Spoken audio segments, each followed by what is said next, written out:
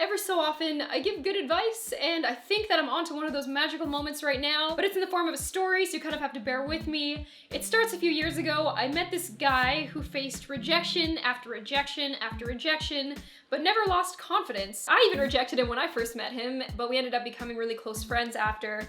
And one day we were sitting there and I was like, how the hell do you face rejection without losing any confidence? Because every time that I've been rejected, I died a little bit inside. And he was like, when someone rejects you, it's not so much a reflection of you as it is a reflection of that person. Just because you don't meet that specific person's standards does not mean that you're undesirable. And I was like, wow, that is so true, because even with my friend, I didn't reject him because he's a monster or undesirable. I rejected him because he's just not my type.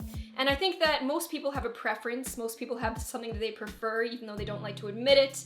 Everyone has a favorite Spice Girl. The type of guy that was approaching me at the time was the overconfident, overinflated ego guy that would come right up to you and be like, what's up, girl? And if you didn't like him back, he would just approach every single other girl in the room. And that's not really the kind of guy that I wanted. I wanted the humble, modest guy who would never invade your personal space unless the circumstances were perfect. And I didn't want to wait for the circumstances to be perfect. I was brainwashed into thinking that the onus was on men to do all the approaching, when really, you know, women can do it too, especially if they want to take matters into their own hands and make things happen rather than just wait for things that might not even happen at all. So I had a huge crush on this guy at the time. You guys might know him. His name is Terry. I didn't know much about him other than what I heard from friends, and from what I heard, he was just a very kind, humble, awesome guy, and he was also newly single. My brother was having a birthday party that weekend, and I was like, hey guys, let's invite Terry. And everyone was like, why do you want Terry to come? Because they all knew that I didn't know him, so I was just like, oh, well, you know, just invite him, okay? And then they did. Terry walks in the room, and I was too afraid to say hi to him for the first half hour, so I didn't say anything at all. But he ended up playing a song on the computer that I really liked, and I was like, hey, I just saw these guys a few months ago, and I really like this song. And he was like, I like this song too, and we started talking about music, and then I started talking about just everything that came to mind to see what we had in common, and it turned out we had a lot in common.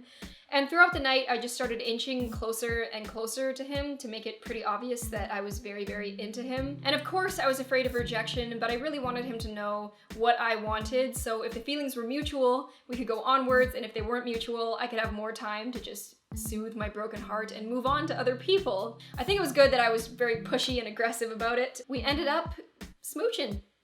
We ended up really kicking it off, bonding, kissing, and exchanging numbers that night. I'm glad that I made moves and took circumstances into my own hands, because if I didn't, then I would have just been sitting there and hoping. But hoping doesn't make things happen. I probably would have just been stuck with my overconfident guys who approach me and every single other girl in the room, and that's not what I want. So long story short, if you like someone, tell them. If they reject you, then it says more about them than about you. Everybody is desirable to somebody, and you'll never know what could have been if you don't put yourself out there and take a risk. So please do so, because I'm really happy and so is my friend, and if two people are happy, then that must make it true, right? I hope you guys enjoyed this video, and I will see you guys in the next one. Bye!